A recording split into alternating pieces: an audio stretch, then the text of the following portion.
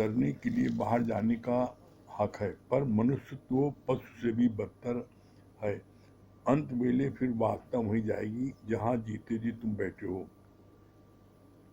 मन रखकर दुनिया की आवाजों के लिए अपने कान में रुई डाल लो, तभी तुम छूट सकते हो। कर्म न करने में गिरावट है, क्योंकि मन फिर ज्यादा ही परेशान करेगा, पर ज्ञानी निष्काम कर्म करते हुए निर्वर्धन होकर जीता है। शरीरों का तो कोई भरोसा नहीं है। तुम अपना जीवन सर्व के हित के लिए दोगे तो फिर सभी तेरे लिए जीवन देने को तैयार होंगे। कल यहाँ तक हो चुका था, इसके आगे आज है। राजा ने यज्ञ किया, देवताओं को तथा दैत्यों को पंक्ति में बैठाया। भोजन परोसा गया, पर कोनी से लकड़ी लगाकर हाथ बांध दिए। देवताओं ने सामने बैठे हुए के मुख में ग्रास डाला, पर असुरों ने अपने मुख में डालना चाहा तो सब गिर गया। देवताओं का तो पेट भर गया। ऐसे ही जो देवी प्रकृति की होती हैं वो सदैव देते ही रहती हैं, तो वापसी में उनको भी सब मिल ही जाता है। आशी प्रकृति के लोग केवल मैं और मेरे के लिए जीते हैं, तो अंत तक दुख के अलावा और कुछ भी प्राप्त नहीं होता।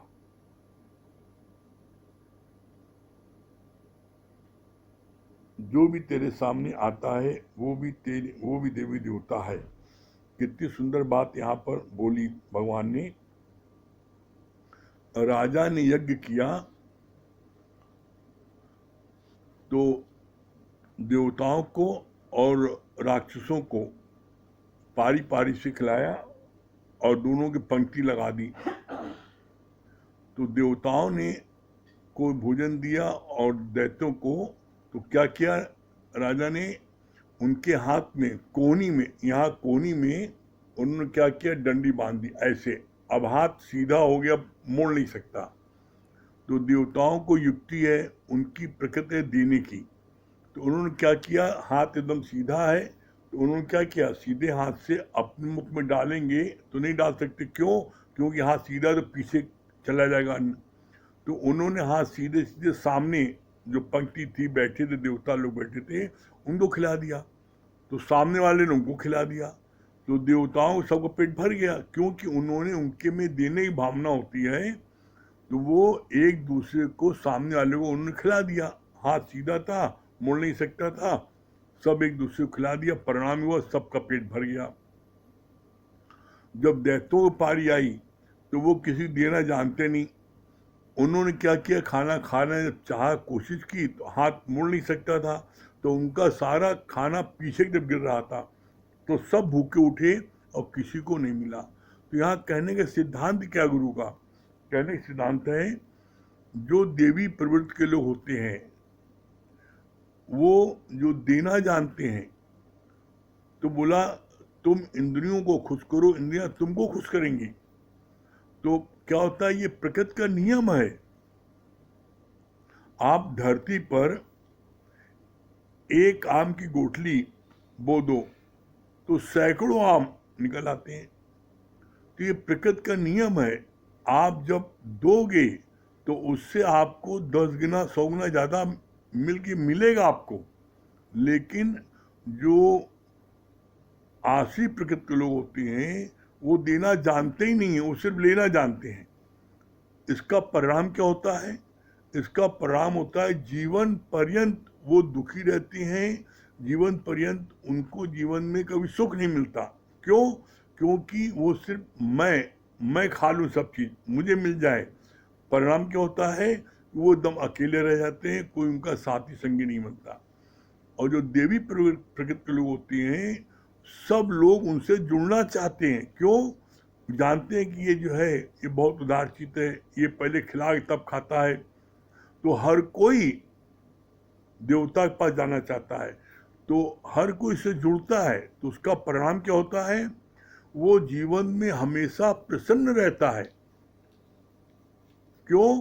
क्योंकि उसको देने पर फिर दूसरे से 10 गुना ज्यादा मिलता है। 10 गुना ज्यादा जो आप देते हो वो मिलता है, प्लस उसके अलावा आपको मान सम्मान मिलता है, प्यार मिलता है, अपनत्व मिलता है। ये चीजें जब किसी को मिलती है तो वो जो है बाग बाग हो जाता है। तो ऐसे में हम क्या करें, अपने अंदर देवी प्रकृति के लक्षण लाएं और सबको पहले बांट के तब खाएं। वैसे भी गुरुजी ने बोला है, जो अकेले खाता है वो चोर है।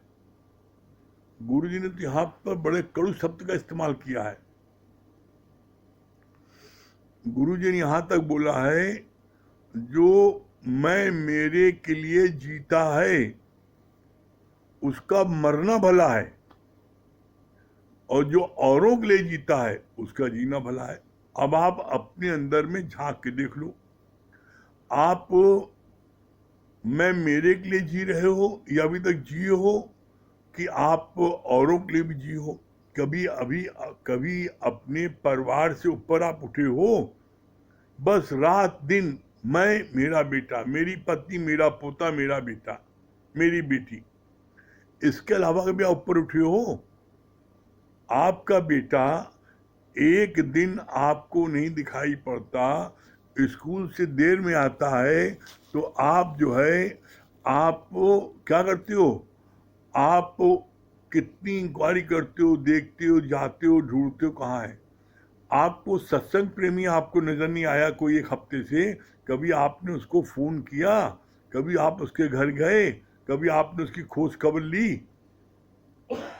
अरे हमें क्या करना है, गुरु जाने, गुरु का हमरा काम नहीं ना, ये सब हमसे नहीं हो सकता। लड़का बेटा पोता पोती दिखाई नहीं पड़े 1 घंटे, तो उनके लिए आप कैसे व्याकुल हो जाते हो? जब आप सर्व के लिए जियोगे तो सब आपके लिए जिएंगे, और जब आप किसी के लिए जियोगे तो कोई आपके लिए कैसे जिएगा? आप देखो ना, जो निष्कामी नहीं है, जो मैं मेरे के चक्कर में हमेशा पड़े रहती हैं, जब उनको पर कोई विपत आती है और अकेले 8 आंसू रोते हैं और चिल्लाते मेरा कोई साथ नहीं देता। अरे अपने दिल में झांक के देखा, तुमने किसी का साथ दिया था मुसीबत में? जब तुमने साथ नहीं दिया किसी का तो कोई तुम्हारा साथ कैसे देगा? और एक देवी प्रकृति के लक्षण होते हैं। आपने क्या बोला? तुमने ए सीखा है, ए बताओ, बी सीखा है, बी बताओ। जितना सीखा है उतना बताओगे तो तुम्हारी आध्यात्मिक उन्नति होगी। बिना बताए आध्यात्मिक उन्नति नहीं हो सकती। इसका 2 तरीका है। क्या है? सुनत कहत रहत गति पाए, और दूसरा है श्रवण मनन निध्यासन। इसमें भी श्रवण मनन निध्यासन में सिर्फ आपका अपना मोक्ष होगा।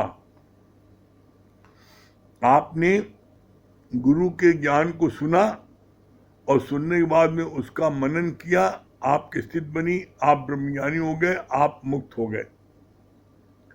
लेकिन इसमें आपको वो प्रसन्नता नहीं मिलेगी। क्यों नहीं मिलेगी? क्योंकि आपने गुरु का ज्ञान सुनने के बाद में सिर्फ अपना उद्धार किया। एक दूसरा पक्ष है, आपने गुरु ज्ञान को सुना और फिर किसी जरूरतमंद को, जो बीमार है, दुखी है, घर में पड़ा है, ज्ञान के लिए ललायित है, और आपने उसको जाके सुनाया, तो आपने अपना तो उद्धार किया, अपना तो मोक्ष किया, साथ साथ जिसको जिसको सुनाया उसको भी मोक्ष की प्राप्ति हुई। तो जब आपने ऐसे 10-20 लोगों को सुनाया और वो प्रसन्नचित हुए, वो जो है सुसाइड करने से बच गए, वो जो है आपके जो है उनके जीवन में खुशहाली आ गई, तो वो आपको गुणगान नहीं गाएंगे? आप तरे औरन को तारे, ये है संत के लक्षण। हम अकेले तर गए तो कौन सी बड़ी बात, किस पर आपने एहसान कर दिया।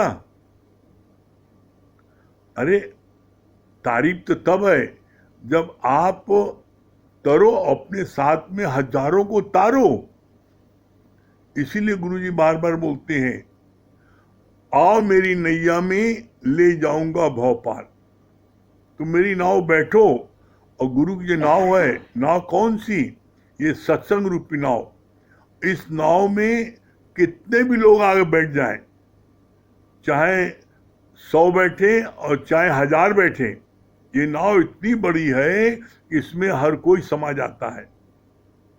और गुरु बार बार करुणा करके इस बात को पुकारता है, आओ मेरी नैया में ले जाऊंगा भव पार। तुम नैया में बैठते ही नहीं हो, सत्संग में बैठते नहीं हो। जब सत्संग नहीं बैठते तो क्या करे प्रभु, क्या करे गुरु। कहा नहीं, 3 कृपाएं होती हैं, ईश्वर की कृपा, गुरु की कृपा और अपनी कृपा। लोगों ने रट लिया है और डायलॉग बोलते हैं, जब उनसे सत्संग आने के लिए बोलो तो कहते हैं जब ईश्वर की कृपा होगी तो सत्संग आ जाएंगे। तो मैंने उनको बोला, हमको ईश्वर की कृपा कौन सी है पता आपको है? ईश्वर की कृपा है कि ईश्वर ने आपको मनुष्य तन दे दिया। ये ईश्वर की महान कृपा है। अगर मनुष्य तन न देता और आपको कुकुर, बिल्ली, चूहा और बैल बना देता, गधा बना देता, तो आप सत्संग सुन सकते थे? आप बिल्ली बन करके, चूहा बन करके, कुत्ता बन करके सत्संग बैठो, कोई बैठने देगा आपको? मनुष्य तन में परमात्मा ने आपको मनुष्य तन दिया, ये सबसे बड़ी बड़ाई है। और इसमें आपको कोई क्लेम नहीं है मनुष्य तन पाने का। क्यों? क्योंकि ये प्रमाण है। क्या प्रमाण है? कबहुक कर करुणा नर देही, और देत ईस बिन हेत सनेही। कभी कभी परमात्मा बड़ी करुणा करके तुमको मनुष्य तन देता है, पता है आपको? मनुष्य तन कभी कभी परमात्मा बड़ी करुणा करके देता है। इसीलिए लाइन आती है, कबहुक कर करुणा नर देही, और देत ईस बिन हेत सनेही। आपको कोई क्लेम नहीं है मनुष्य तन पाने का, लेकिन परमात्मा करुणा करके देता है। कैसे देता है? इसका गुरुजी ने बड़ा प्यारा उदाहरण दिया। क्या दिया? कहा जैसे घर में कोई बच्चा चोरी करता है और माँ उसको सजा देती है, उसको अंधेरी कोठरी में बंद कर देती है। तो जब दिन में बंद कर देती है तो वो चिल्लाता है, माँ हमें बड़ी भूख लगी है, प्यास लगी है, हमको दे दो, खाना दे दो। माँ नहीं देती। जैसे जैसे समय बीतता है और जब अंधेरा होने लगता है, रात होने लगती है, तो उसमें कोठरी में, काल कोठरी में एकदम अंधेरा हो जाता है। तब बच्चा बहुत डरने लगता है और तब बच्चा चिल्लाता आतुर होकर, हे माँ मैं अब जिंदगी में कभी चोरी नहीं करूंगा, मुझको तुम निकाल लो, मुझको बड़ा डर लग रहा है। जब बहुत प्रार्थना करता है माँ से, तो माँ उसके ऊपर करुणा करके, तरस खा करके और चेतावनी देती है, अब जिंदगी में कभी चोरी नहीं करना, आज हम तुमको ये खोल रहे हैं, निकाल रहे हैं। इसी तरीके से परमात्मा भी जब हम माँ के गर्भ में रहते हैं 9 महीने, तो उसमें त्राईमाम करते हैं, हे भगवान हमें इस नरक से निकालो, मैं सिर्फ तुम्हारा ही नाम जपूंगा, सिर्फ तुम्हारा नाम जपूंगा। इसीलिए दुनिया का कोई बच्चा जब पैदा होता है तो आप देखो वो ओम ओम ओम जाप करते हुए निकलता है। जैसे धरती पर आता है वो ओम ओम चिल्लाने लगता है। तो घर वाले क्या बोलते हैं? घर वाले बोलते हैं कि वहां की वहां रही, अब मेरी यहाँ की सुनो, देखो तेरे पापा आ गए, देखो तेरी बुआ आ गई, तेरी मौसी आ गई, तेरे मामा आ गए। सब दुनिया का लेप उसको लगा देते हैं, और जो उसका स्वरूप रहता है सच्चित आनंद का, तो उसको भूल जाता है। परिणाम क्या होता है? वो इसी मोह जाल में फंस जाता है। तो बोला, भूला तू अपना करार है, जो तुम गर्भ में किया था वादा प्रभु, तुझको न भूलूंगा कभी। और पढ़ के मोह के जाल में तू भूला अपना करार है। हम बच्चों के मुंह के जाल में पढ़ करके अपना करार भूल जाते हैं, परमात्मा भूल जाते हैं, और उन्हीं बाल बच्चों में रात दिन समय देते हैं, सत्संग छोड़ देते हैं। परिणाम क्या होता है? परिणाम होता है फिर जब दुख आता है जीवन में, वही बच्चे जब हमको निग्लेक्ट करते हैं, तब जीवन में उतार मैंने क्या कर दिया। तो इसलिए अजो कुछ बिगड़ो नहीं, अभी कुछ नहीं बिगड़ा है। आज से परमात्मा की राह पर आ जाओ, सत्संग में नित्य आओ, बैठो। पहली कृपा हो गई, परमात्मा ने तुमको मनुष्य तन दिया। इसमें दो बातें आई हैं। एक पहला जो आया है, कबहू कर करुणा नर देही, और देत ईस बिन हित नहीं। और दूसरी बात क्या आई है? बड़े भाग्य मानुष तन पावा। 84 लाख योनि में एकमात्र मनुष्य योनि ऐसी है जिसमें आपको सत्संग लेने का अधिकार है। बाकी किसी योनि में आप सत्संग नहीं ले सकते हो। इसीलिए बोला बड़े भाग्य मानुष तन पावा। तो परमात्मा कृपा हुई, आपको मनुष्य तन मिला, इसलिए कि आप रोज सत्संग लो। दूसरी कृपा हुई गुरु की। गुरु नित्य बारिश बरस रही है, नित्य ज्ञान की बारिश हो रही है। अब रोज रात में 9 से 10:15 बजे तक नित्य ज्ञान की बारिश होती है, और कोई न ले तो क्या करे गुरु, क्या करे प्रभु। तो इसलिए बोला है कि तीसरी कृपा है अपनी। परमात्मा ने मनुष्य तन दे दिया। दूसरी कृपा है नित्य गुरु ज्ञान की बारिश कर रहा है। अब तीसरी कृपा है कि हम उस ज्ञान में आकर के बैठें और गुरु मुख से ज्ञान लें। बिना गुरु मुख से ज्ञान लिए उद्धार नहीं होगा। अच्छे से आप समझ लो। मत कोई भूले भरम संसार, गुरु बिन कोई न उतरे भव पार। बिना गुरु के, साकार गुरु के, कोई भव पार नहीं हो सकता। ये बांध लो, गांठ बांध लो। साकार गुरु से ही मेरी मुक्ति हो सकती है। इसलिए कुछ भी हो जाए,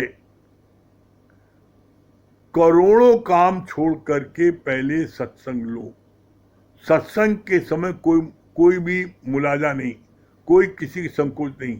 कल भी जैसे किसी ने प्रश्न किया था ना कि धन बड़ा जरूरी है, तो सत्संग और धन दोनों चीज कैसे हो? अरे आप सत्संग लोगे, आपके पास धन आना अपने आप शुरू हो जाएगा। परमात्मा आपको ऐसी बुद्धि दे देगा, ऐसा तरकीब बता देगा कि आप धन कमाने लगोगे। आप परमात्मा की तरफ पहले 2 कदम आगे बढ़ा के देखो तो।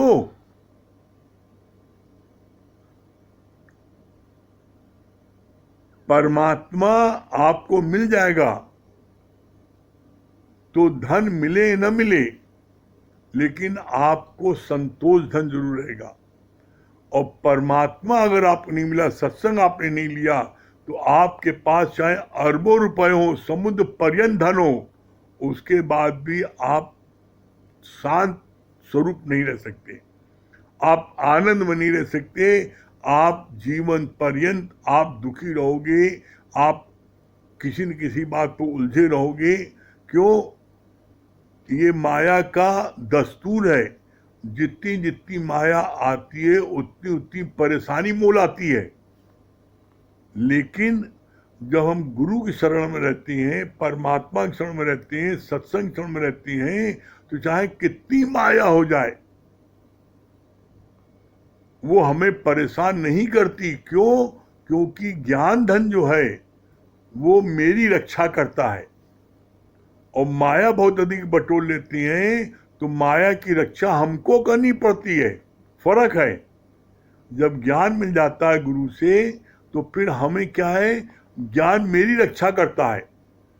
और जो सत्संग से जुड़ गया, जो सत्संग में इन्वॉल्व हो गया, जो नित्य सत्संग सुनता है, सत्संग करता है, उसके लिए भगवान कृष्ण ने स्वयं अपने मुख से बोला है गीता में।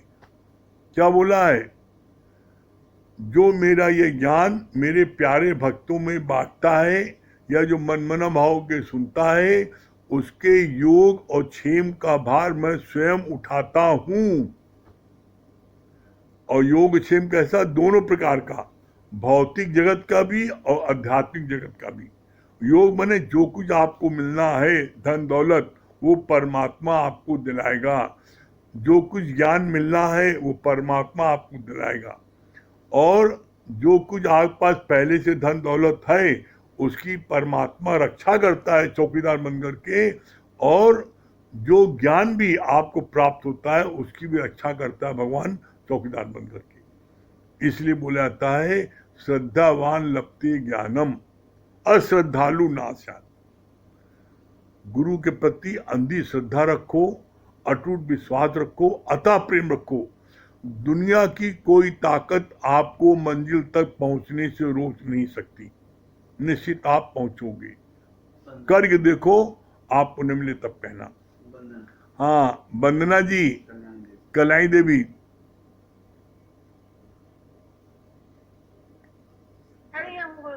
हाँ, हरिओम हरिओम वंदना जी। हाँ, क्या बता रही हैं? बहुत अच्छा लगा कि बहुत बड़े शुक्राने हैं आप गुरुजनों के, जो हम लोग को बार बार हम लोग भटकते हैं तो वापस जाके अच्छी डांट, एक अच्छी डांट जिसको पंकज भैया ने एक डांट के तौर पर किया, बहुत अच्छा लगा कि जब इंसान भटकने लगता है तो उसको थोड़ा स्थिर होना भी बहुत जरूरी है। कि हम लोग भटकने लगते हैं, सत्संग को हल्के में लेने लगते हैं। हाँ। तो बहुत समय से यहाँ पर गुरु को इस तरह से करना भी बहुत जरूरी है। भजन सुना गुरु की दीजिए। वजह से ही, सतगुरु की वजह से ही हम लोग भजन सुनाइए।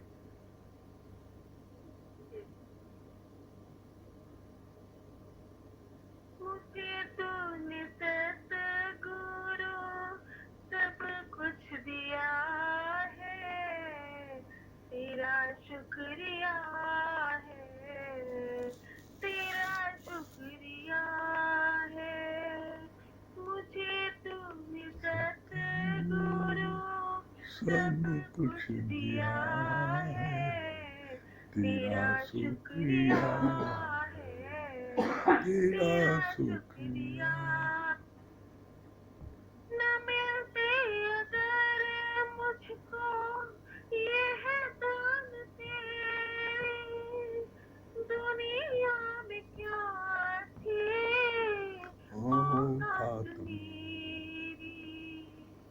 न मिलते अगर मुझको ये है दान तेरे, दुनिया में क्या थी औकात मेरी। तुम्ही ने तो जीने के काबिल किया है, तुम्ही ने तो जीने के काबिल किया है, तेरा शुक्रिया है, तेरा शुक्रिया है। तू ही है मालिक मेरी जिंदगी का, सहारा है मुझको तेरी बंदगी का। तू ही है मालिक मेरी जिंदगी का, सहारा है मुझको तेरी बंदगी का। जो कुछ लिया है तुम्हीं से लिया है, जो कुछ लिया है तुम्हीं से लिया है, तेरा शुक्रिया है, तेरा शुक्रिया है। मिला है खजाना वो दौलत तुम्हारी, जीवन की बगिया खिली है हमारी। मिला है खजाना वो दौलत तुम्हारी,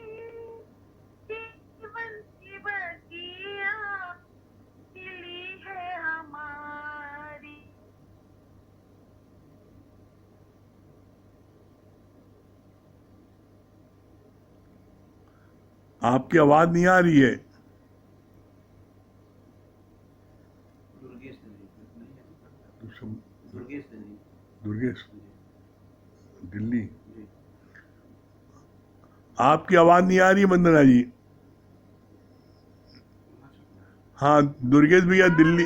अच्छा आपकी आवाज, हाँ आवाज आ रही है? हाँ अब आई। हेलो, हाँ अब आ रही है। आ रही है आवाज? हम्म, अच्छा। तेरे हुक्म में नहीं आवाज आना बंद हो गई। तू आवाज आना बंद हो आ गई। रही है। हाँ दुर्गेश दिल्ली आवाज नहीं आ रही है। चलिए दुर्गेश भैया दिल्ली।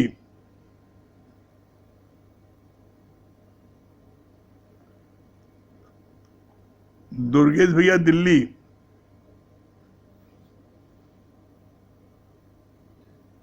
नहीं जुड़ रही आगे। इनको म्यूट कर दीजिए। हाँ हाँ हरिओम भैया। हाँ हाँ बोलिए भैया। हाँ क्या सुना आपने?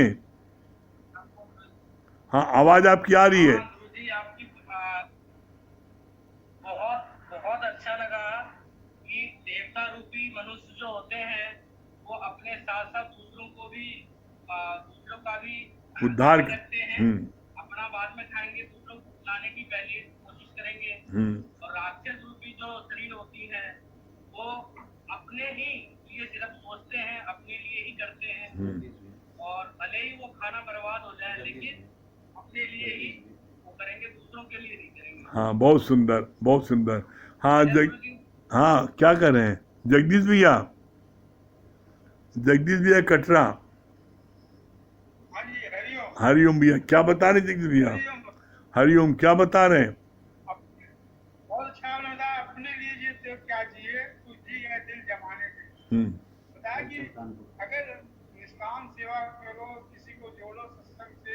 आपने भी बताया पंकज मीना का, बहुत अच्छा लगा। बहुत सुंदर। हाँ कंचन जी कानपुर। कंचन जी कानपुर।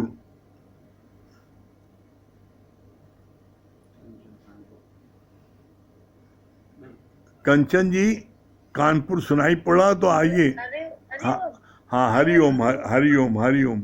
क्या बता रही कंचन जी, क्या सुना? जी अजी, हम सब बड़े भाग्यशाली हैं जो हमें मनुष्य तन मिला है। हाँ और जो है गुरु का ज्ञान जो हमेशा सुनना चाहिए और गुरु के समक्ष बैठना चाहिए, बहुत सुंदर सुनना चाहिए। पूनम कटरा बहुत सुंदर। हाँ पूनम जी कटरा।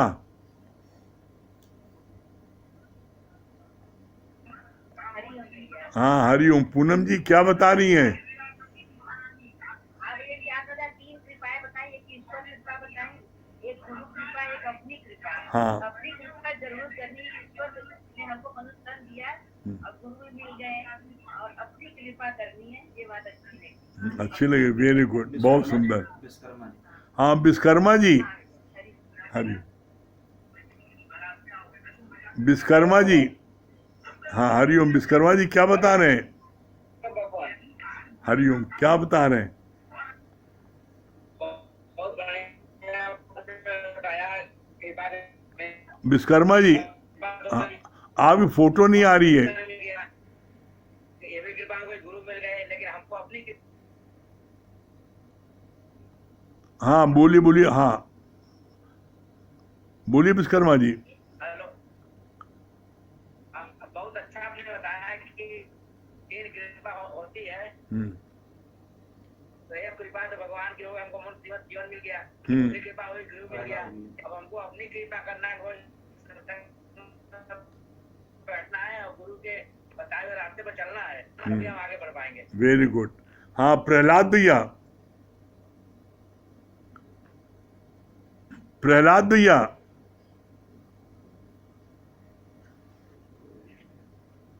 प्रहलाद भी हमारी आवाज सुन रहे हो तो आइए स्क्रीन पर। वैभव कपूर विभो कपूर है कोई? पिक्चर नहीं आ रही होगी। सुनैना लास्ट सुनैना उनको नीलू या उसको संगीता महेश भैया चित्रा चित्रा। हाँ चित्रा जी, हाँ चित्रा जी क्या बता रही हैं? आपकी आवाज नहीं आ रही है। चित्रा जी आपकी आवाज नहीं आ रही है, नोट करिए।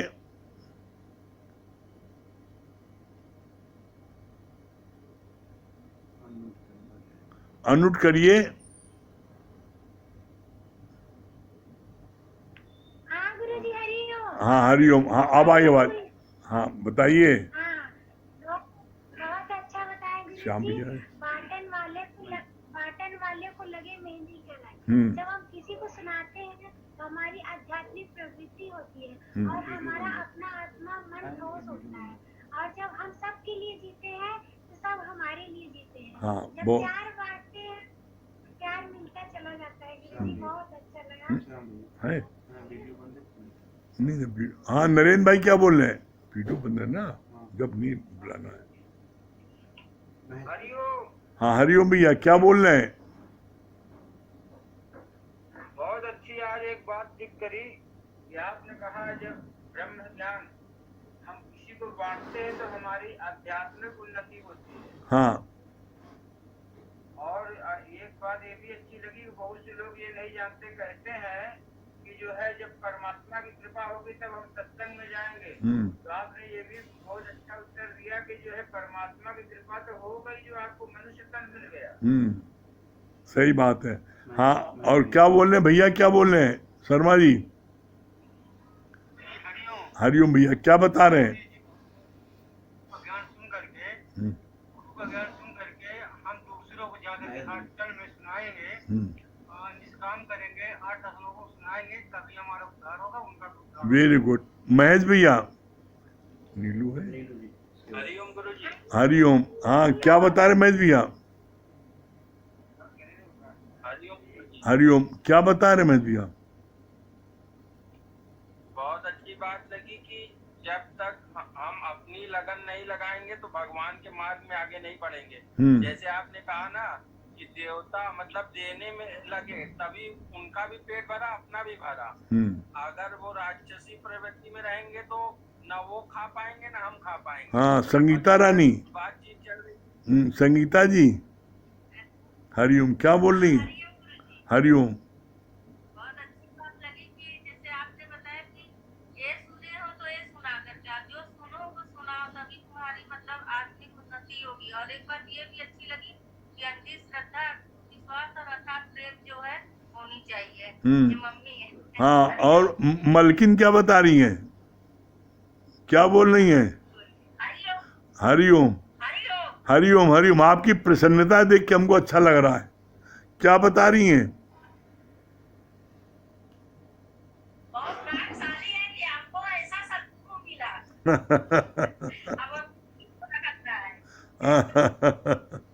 अब सदगुरु छोड़िएगा नहीं, है ना?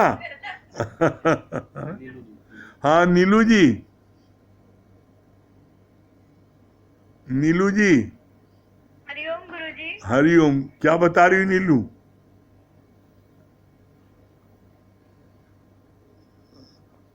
हाँ हेलो नीलू जी,